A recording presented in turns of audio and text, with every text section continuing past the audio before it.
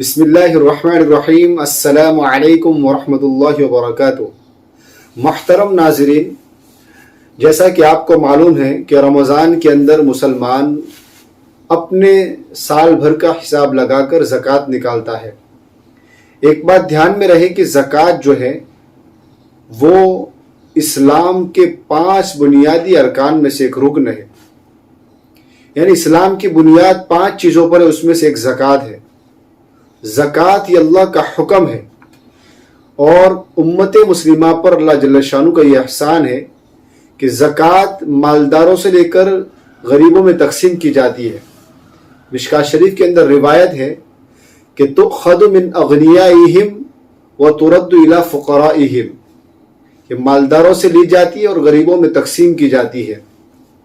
اسی طرح قرآن پاک کے اندر زکوٰۃ ادا کرنے کے متعلق بے شمار فضائل آئے ہیں اور احادیث مبارکہ کے اندر بھی اس کی بے شمار دنیاوی اور اخروی دونوں فائدے بیان کیے گئے ہیں۔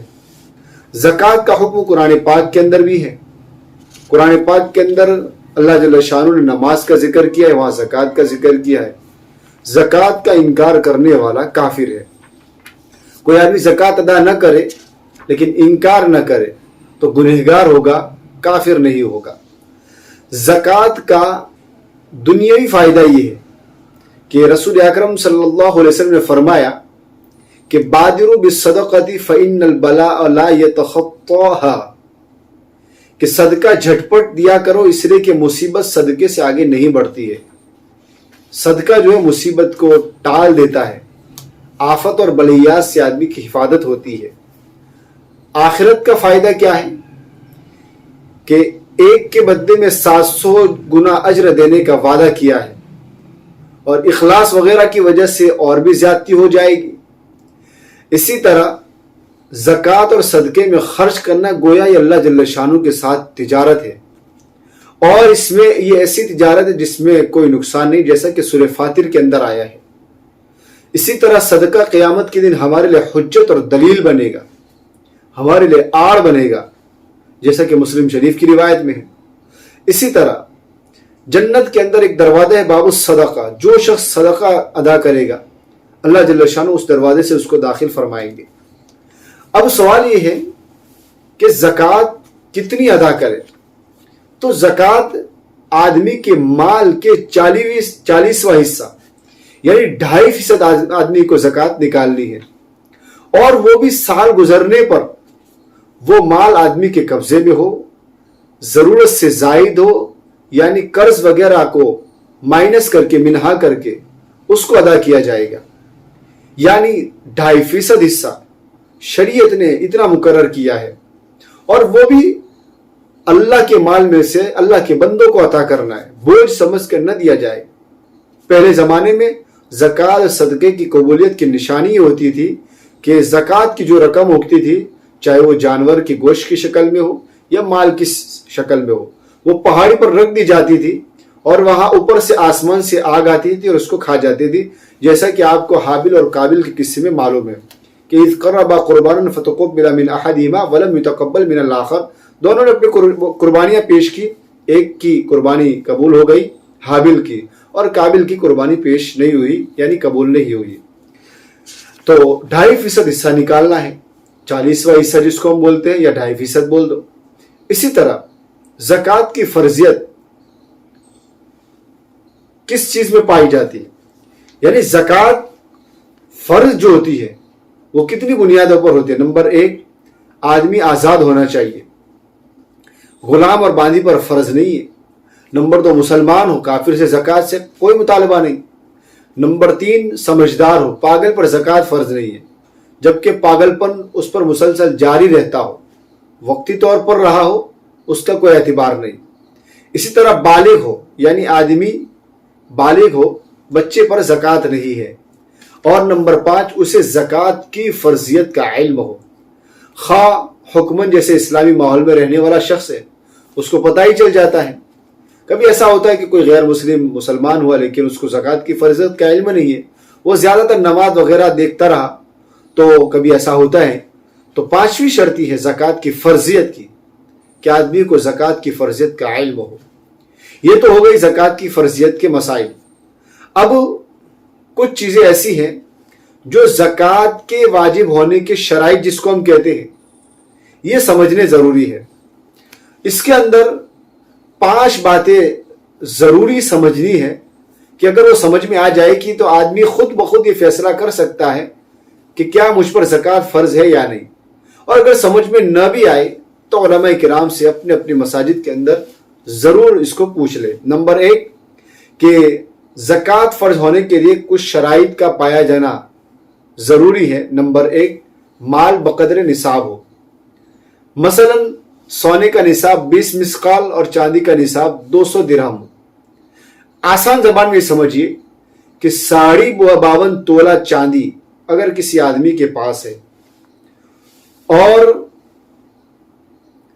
اس کے پاس نہ پیسے ہیں نہ سونا ہے، 52.5 تولہ چاندی ہے اور ملکیت تام ہے، اس کے قبضے میں ہے، ضرورت اصلی سے زائد ہے، ایکسٹرا ہے، نصاب اس کا قرض سے خالی، یعنی جو 52.5 تولہ جو رقم اس کا جو اماؤنٹ بنتا ہے، پیسے بنتے ہیں، وہ ایک نصاب کہلاتا ہے شریعت کی نظر میں۔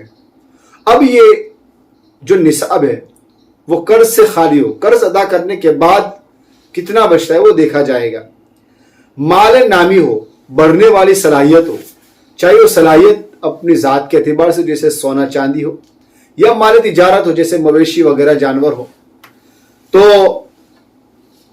ایک تو نصاب یہ ہو گیا کہ 52.5 تولہ چاندی ہو، یعنی سونا بھی نہیں اور پیسے بھی نہیں، اور یہ چیزیں پائی گئی تو آدمی کے اوپر زکوٰۃ فرض ہو گئی۔ یا سمجھو کہ آدمی کے پاس چاندی نہیں ہے، 7.5 تولہ سونا ہے، پیسے بھی نہیں ہے اور چاندی بھی نہیں ہے، تو اس آدمی پر سال گزر گیا، ملکیت تام ہو گئی، قبضے میں تھا مال اور نصاب ضرورت زائد اصلیہ سے زائد تھا، یعنی ایکسٹرا مال تھا، اور نصاب قرض سے خالی تھا، تو اب اس کے اوپر زکوٰۃ فرض ہو گئی۔ اب تیسری شکل یہ ہے کہ آدمی کے پاس نہ سونا ہے نہ چاندی ہے، لیکن اتنا اماؤنٹ ہے، اتنا پیسہ ہے کہ جس سے وہ 52.5 تولہ چاندی کی رقم بنتی ہو۔ مثال کے طور پر سمجھو اگر آج کے زمانے میں 52.5 تولہ چاندی کی قیمت 44 سے 45 ہزار بنتی ہے، تو آدمی کے پاس یہ رقم ایکسٹرا ہو، ضرورت سے زائد ہو، اس پر سال گزر گیا ہو، اس کے قبضے میں ہو، اسی طرح وہ قرض سے خالی ہو، تو اب یہ اماؤنٹ بن گیا تو آدمی کے اوپر زکوٰۃ فرض ہو گئی۔ معلوم یہ ہوا کہ زکوٰۃ کے فرض ہونے کے لیے نصاب کا ہونا ضروری ہے۔ نصاب پیسوں کی شکل میں ہو، نصاب سونے کی شکل میں ہو یا چاندی کی شکل میں ہو، نصاب کا مالک بن گیا تو آدمی کے اوپر زکوٰۃ فرض ہو جاتی ہے۔ اس کو اور آسان انداز میں سمجھتے ہیں کہ ایک آدمی کے پاس تھوڑا سا سونا ہے، تھوڑی سی چاندی ہے اور تھوڑا سا پیسہ ہے، ان سب کو اگر ملا لیا جائے تو اس کا اماؤنٹ اور رقم جو ہے، اس کا کیش جو ہے، وہ اگر 44 یا 45 ہزار بن جاتا ہے، جب آدمی زکوٰۃ نکالے اس دن کا اعتبار ہے، تو اس آدمی کے اوپر زکوٰۃ فرض ہو جاتی ہے۔ اور آج کے زمانے میں دیکھا جائے تو 75% لوگوں پر زکوٰۃ فرض ہو جاتی ہے، کیونکہ کسی کے پاس پیسے ہوتے ہیں، 1 تولہ 2 تولہ سونا ہوتا ہے، اور قرض کو ختم کرنے کے بعد بھی وہ رقم اتنی بن جاتی ہے کہ اس پر زکوٰۃ فرض ہو جاتی ہے۔ اس لیے اس مسئلے کو دھیان میں رکھے اور اپنی ذمہ داری سمجھ کر، اللہ کا حکم سمجھ کر اپنے علماء سے ضرور پوچھے۔ اسی طرح سوال یہ ہے کہ زکوٰۃ کی ادائیگی کب واجب ہوتی ہے؟ تو آپ کو جیسا کہ معلوم ہے بتایا کہ نصاب پر 1 سال گزر جائے اور وہ آپ کے قبضے کے اندر ہو، ملکیت تام ہو، اس پر زکوٰۃ واجب ہو جاتی ہے۔ پھر ایک سوال ہے کہ سال کے درمیان میں وہ نصاب کم ہو گیا، گھٹ گیا، مائنس ہو گیا، تو دیکھا جائے گا کہ شروع اور آخری سال میں نصاب پورا تھا مگر درمیان میں مائنس پلس ہوتا رہا تو اس پر بھی زکوٰۃ واجب ہو جائے گی۔ مثال کے طور پہ ایک آدمی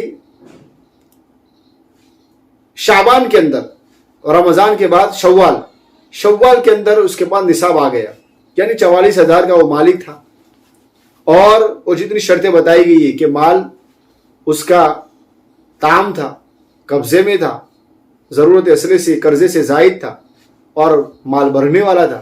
ابھی اس کے قبضے میں مال تھا. تھوڑی دیر کے لیے سمجھو کہ پیسے اس کے پاس ہے 45,000. سارے شرطیں پائی گئی. سال گزر گیا. اب سال شروع ہوا. اس کے شروع میں اس کے پاس تو پیسے تھے, لیکن درمیان میں وہ پیسے 44,000 سے کم ہو کر 40, 35, 30, 25 یا 20 بن گئے. پھر جب سال پورا ہونے آیا, رمضان آیا, تو واپس وہ اماؤنٹ 45 بن گیا. یعنی سال کے شروع میں, اسٹارٹنگ میں اور اینڈ میں وہ اماؤنٹ برابر ہو گیا یا زیادہ ہو گیا نصاب سے. تو اب اس آدمی پر زکوٰۃ فرض ہو جائے گی. درمیان میں کم ہوا زیادہ ہوا اس سے کوئی لینا دینا نہیں, زکوٰۃ فرض ہو جائے گی. اسی طرح سال کے درمیان میں جس قدر مال میں اضافہ ہوگا آخری سال میں زکوٰۃ واجب ہو جائے گی. یعنی پورا بیلنس دیکھا جائے گا نصاب کے بعد کہ وہ اماؤنٹ کتنی بنتی ہے. تو اس پورے مال پر اگر سمجھو کسی آدمی کے پاس شروع کے اندر 45,000 تھے, پھر سال جیسے جیسے آگے بڑھتا گیا, دن بدن اس کے پیسوں میں اضافہ ہوتا گیا, 10 لاکھ کی اماؤنٹ اس کے پاس جمع ہو گئی. سونے کی شکل میں, چاندی کی شکل میں, پیسوں کی شکل میں اس کے پاس جمع ہو گئی. اب کیا ہوگا کہ اس پوری رقم کے اوپر 10 لاکھ کے اوپر آدمی پاس زکوٰۃ فرض ہو جائے گی. اسی طرح زکوٰۃ نکالنے میں چاند کی تاریخ کا اعتبار ہوگا, یعنی چاند والا سال کا اعتبار ہوگا. یعنی آدمی جو شمسی کیلنڈر ہے, جو ہمارے یہاں عام طور پہ سرکاری دفاتر کے اندر, آفسوں کے اندر جو لوگ جنوری فروری سے چلاتے, وہ نہیں, بلکہ اسلامک کیلنڈر جو ہے چاند کے حساب سے کہ محرم, صفر, ربیع الاول وہاں سے جو چلتا ہے اس کا اعتبار ہوگا. اب وہ بھی کیوں؟ اس کے اندر شریعت کی بہت زیادہ مصلحتیں ہیں. اسی طرح زکوٰۃ جلدی ادا کرنی چاہیے. زکوٰۃ میں کتنا مال ہونا چاہیے یہ آپ کو اچھی طرح معلوم ہے. تو یہ زکوٰۃ کی کچھ اہم اور ضروری باتیں تھیں, آپ حضرات کے سامنے آ گئی. امید ہے کوئی بات ایسی رہ گئی ہو تو ضرور ہمیں مطلع کریں گے, ہم آپ کو اس کا ضرور حل بتائیں گے. وآخر دعوانا ان الحمد للہ رب العالمین.